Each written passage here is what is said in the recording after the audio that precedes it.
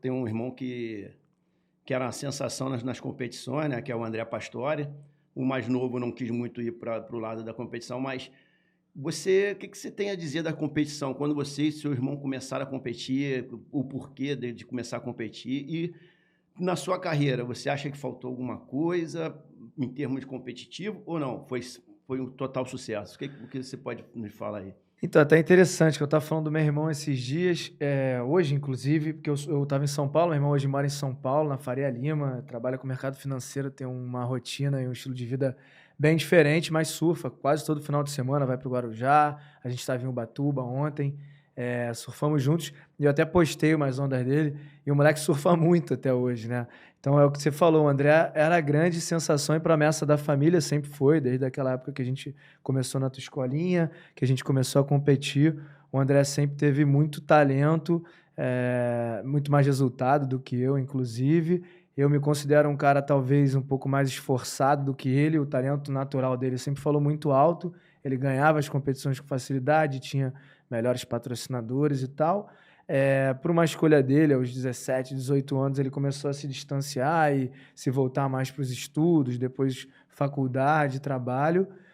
Mas é um moleque até hoje muito talentoso. Sempre que eu posto onda dele, é certo de vir uma galera, inclusive a galera das antigas de Essé comentou, o Camarinhas comentou, a galera que competia com a gente sempre fala, caralho, teu irmão surfa muito. É um moleque que surfa muito até hoje.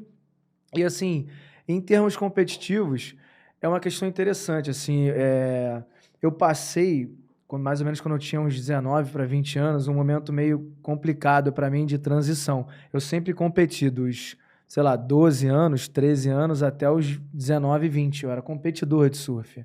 E o surf sempre presente, muito presente na minha vida. Eu tinha muita competição amadora naquela época.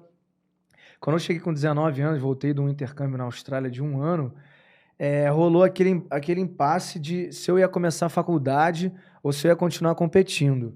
E aí eu pensei muito em futuro, né?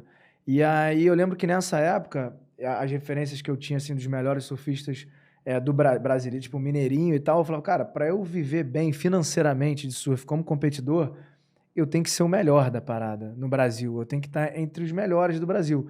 E não era a minha realidade. Naquele ano, com 19, por exemplo, eu cheguei a fazer uma final no Grumari como profissional, que eu fiquei em terceiro lugar no Brasileiro Profissional e tal, mas eu terminei o ano, sei lá, em 20 e pouco do ranking.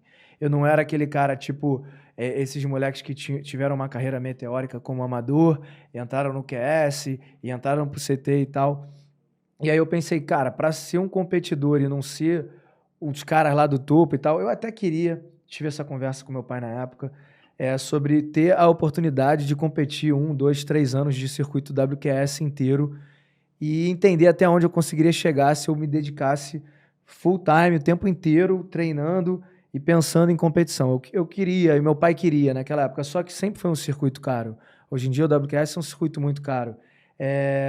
E o meu pai, eu lembro do meu pai falando, cara, Gabriel, meu pai adora competição, e ele falou, cara, eu queria ter, na época, sei lá, até hoje, o cara tem que ter uns 100 mil, 200 mil reais no ano para ele correr um circuito inteiro bem, entendeu? O Challenge é um circuito caro, se você entrar, e o regional hoje talvez um pouco mais barato, dependendo do estilo de viagem que você faz, se você leva treinador, se você leva filmmaker, se você divide quarto, se você divide e tal.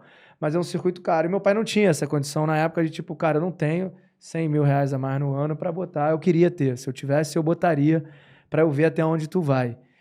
Diferente do meu irmão, que, por exemplo, tinha patrocinador, se ele quisesse, para bancar nessa transição de amador para profissional, mas ele optou por não ir. E aí, como eu não tinha essa oportunidade de correr um circuito que é sem patrocinador, eu não tinha patrocinador aos 19 anos, eu entrei para a faculdade. Então, o fim da minha carreira competitiva foi mais ou menos assim. Eu, com 19 anos, não tinha como correr o circuito mundial, e aí a minha mãe sempre foi um peso forte para a gente estudar, e aí eu costumo falar que esse equilíbrio foi muito positivo lá em casa, porque meu pai era um cara muito do esporte, e por ele a gente se dedicava totalmente ao esporte, e a minha mãe sempre puxou a gente para a escola, para a faculdade, para se formar, e eu acho que isso foi muito, para a minha carreira, foi super importante.